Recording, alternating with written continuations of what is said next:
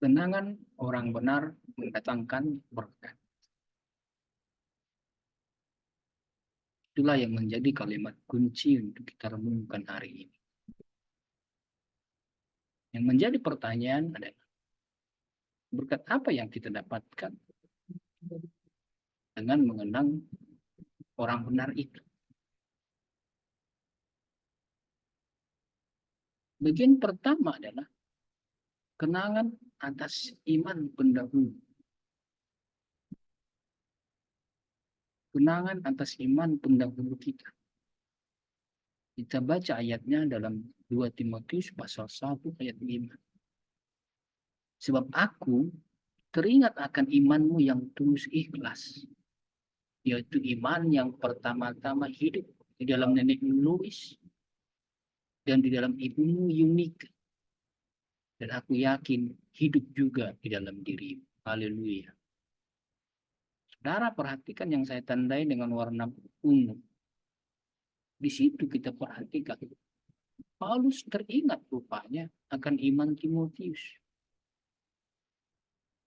Paulus sudah yakin karena dia sudah melihat cukup panjang waktunya bersama Timotius.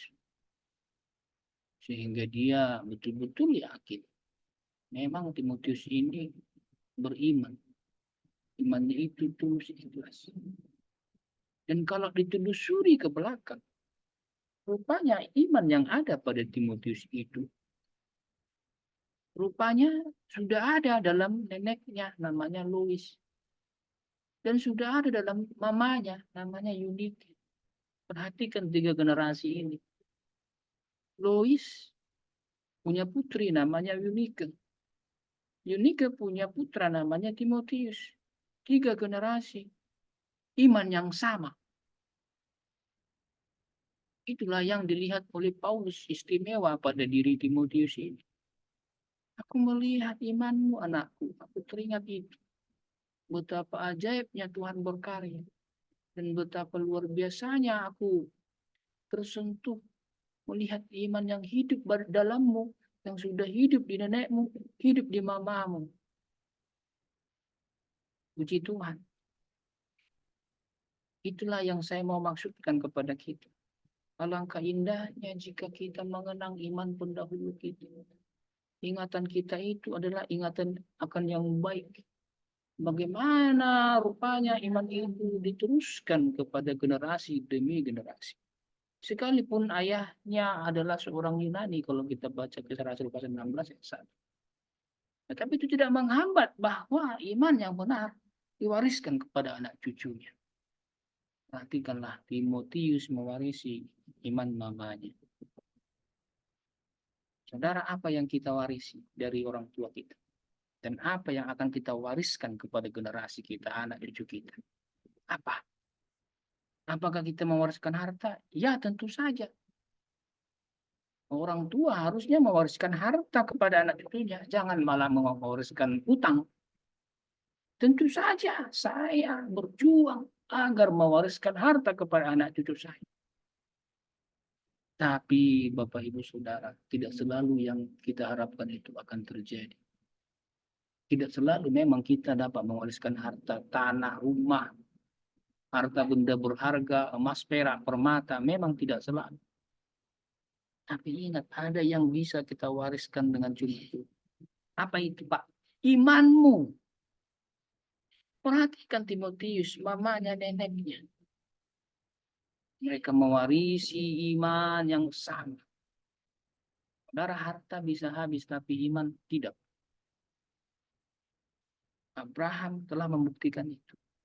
Abraham orang kaya di zamannya. Dia punya anak Ishak, tapi di masa tua. Ketika Abraham sudah kaya, dia belum punya anak, dia berdoa kepada Tuhan. Tuhan, kepada siapa akan kuturunkan warisan harta ini, tanah ini, semua yang ada padaku ini.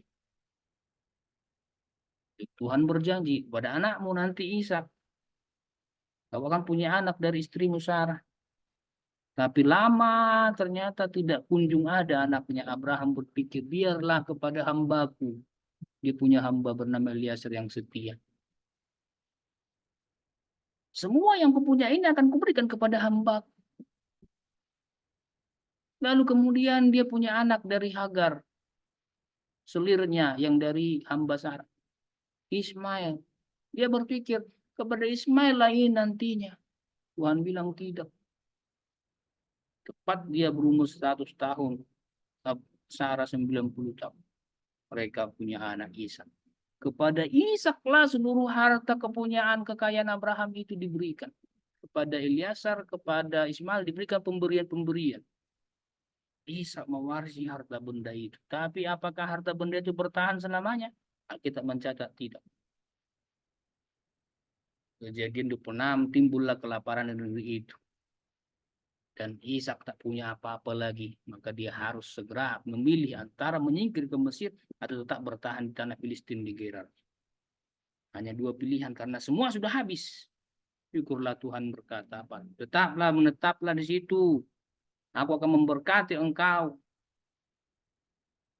Apa yang sedang ditekankan di situ? Iman bekerja. Harta boleh habis, iman bekerja. Maka menaburlah Ishak di tanah itu, dan pada tahun itu juga Tuhan berkati dia berlimpah-limpah. Dia menjadi kaya, menjadi sangat kaya. Apakah ukurannya harta? Bukan. Ukurannya iman. Imanlah yang bekerja. Warisan harta habis rupanya. Tapi warisan iman bekerja. Ingatlah pemimpinmu. Ingatlah orang tuamu. Ingatlah gurumu. Orang-orang yang menawariskan iman kepadamu. Baca ayatnya di satu lagi Ibrani pasal 13 ayat 7. Ingatlah akan pemimpin-pemimpin kamu yang telah menyampaikan firman Allah kepadamu. Perhatikanlah akhir hidup mereka dan contohlah iman mereka. Saya ulangi, ingatlah akan pemimpin-pemimpin kamu yang telah menyampaikan firman Tuhan Allah kepadamu. Perhatikanlah akhir hidup mereka dan contohlah iman mereka. Demikianlah kita memandang ke atas kepada pendahulu kita. Warisilah iman itu. Dan demikianlah juga harus kita memandang ke bawah kepada generasi setelah kita. Apa yang akan kita wariskan kepada mereka? Wariskanlah iman. Puji Tuhan. Haleluya.